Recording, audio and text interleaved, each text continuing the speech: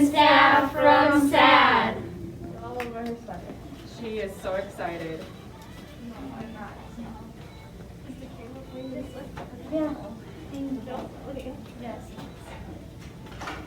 Kind of. Hey, good afternoon, Worthington Middle School. We're here with one of our sixth graders, and her name is Elliot.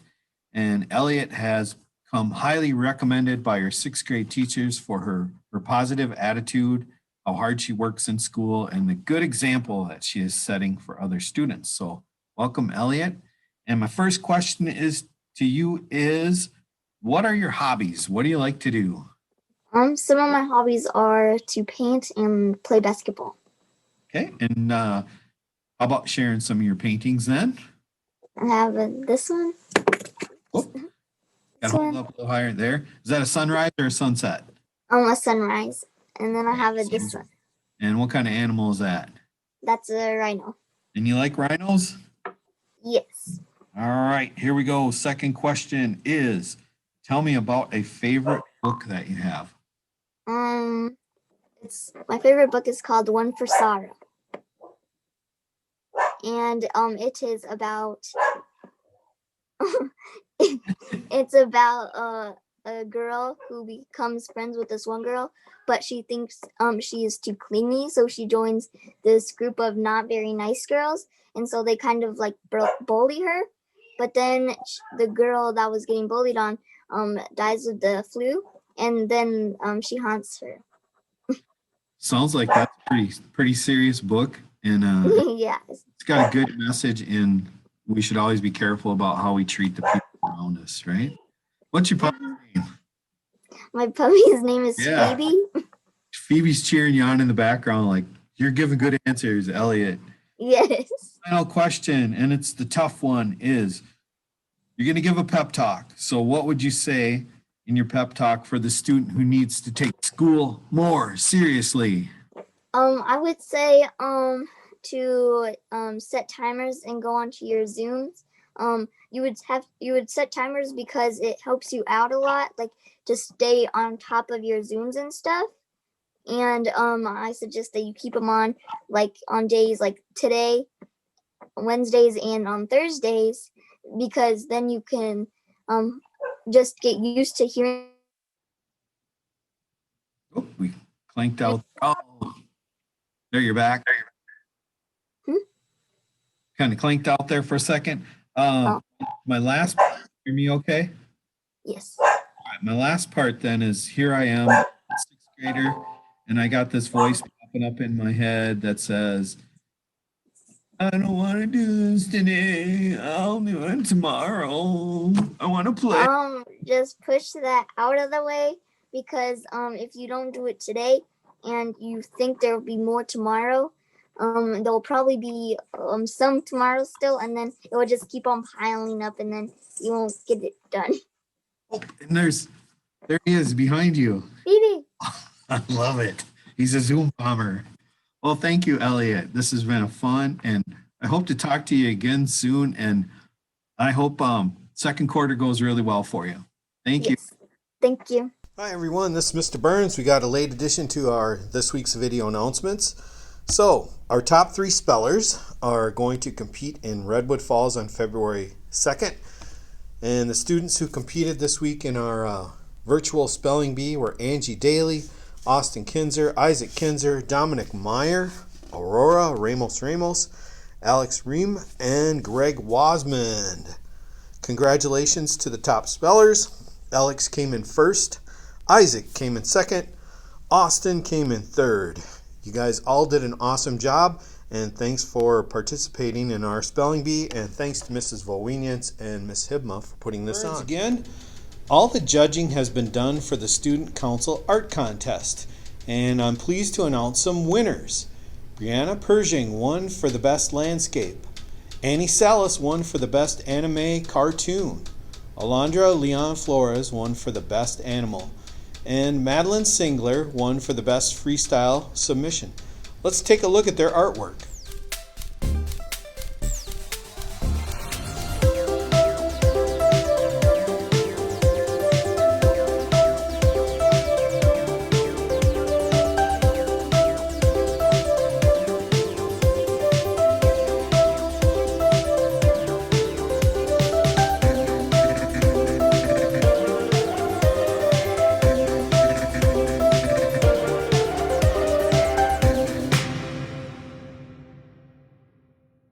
Good afternoon, Worthington Middle School. We're here with two of our sixth graders. We have Lauren on the line and we have Naomi on the line.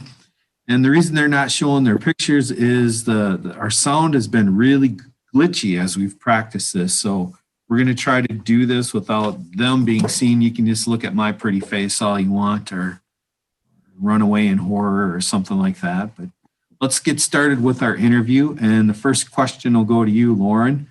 You know, our school day ends at 2:45. About how much time after that does it take you to do your homework?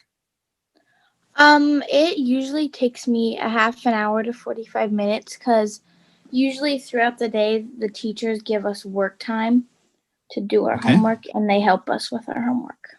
Yeah, a half hour. That sounds really reasonable. Naomi, how about, Naomi says I'm glitching, so I hope my sound is okay. Naomi, how long does it take you to do your homework? The same amount of time. It takes me about a few hours. Okay. And that's so both of our interviewees here are saying use your time really well in school and you won't have that much homework. How about Naomi? Second question, we'll start with you. What do you do when you're stuck on a problem? Because we all run into that once in a while. What do you do? If I really can't get it, I'm going to contact my teacher for her to help me. Okay. Do you do that through a message? Yeah. Okay. And then Lauren, what do you do when you're really stuck on something? Sometimes I will go back to a problem like it and I will look at like the process of what I did and see if I did any of the steps wrong. And then if I still can't get it, then I'll usually email my teacher and ask her to Zoom. Okay. And we'll Zoom and she'll help me figure it out. I heard three really good ideas there. The first is messaging your teacher for help. The second is go back and look at the things you did in class for that day, review. And then the third is get on Zoom because teachers will Zoom with you. Let's see. Sounds like both of you realize that school is a really important thing. Tell us what you'd like to do in the future. So what kind of career do you want your education to lead you to?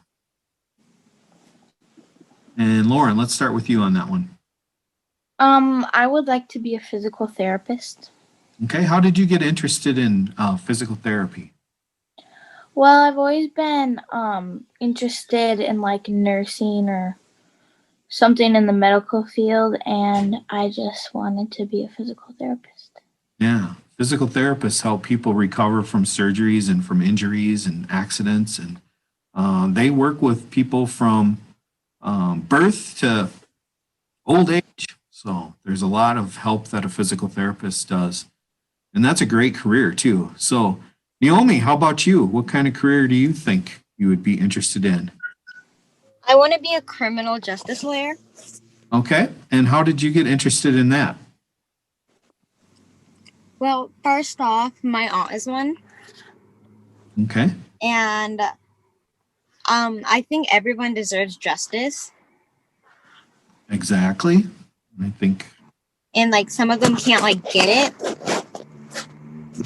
Justice that they You deserve. watch a lot of current events this past year. Yeah, you definitely a lot of that in the news where kind of unequal treatment in our society. So that's a very noble career that you've picked out for yourself too. And on some fun here, who would you like to give a shout out to? I would like to give a shout out to Mr. Winnicky and Isabel Daigle. All right. How come you picked Mr. Winnicky? I just think he's a really fun teacher, and all the teachers are really fun, but I just really have a lot of fun in his class. Okay. He makes it fun. And I like the way you also mentioned that, it was a tough, but I picked Mr. Winnicky, but I really love all my other teachers too. Nice save there. And Naomi, shout outs from you. So one is Kimberly Martinez, and then for my teacher is Mrs. Hey, I've got an assignment for you. On December 21st, it is the winter solstice. Another amazing thing will happen that day. Saturn and Jupiter will come within a few 100 million miles of each other. On Earth, this will look like a star. It's called this Christmas star. And this last happened about 800 years ago. So on Monday, take a walk outside and look to the southwest at about 5:35 p.m. and it will be low on the horizon. If the sky is clear, you should see the Christmas star.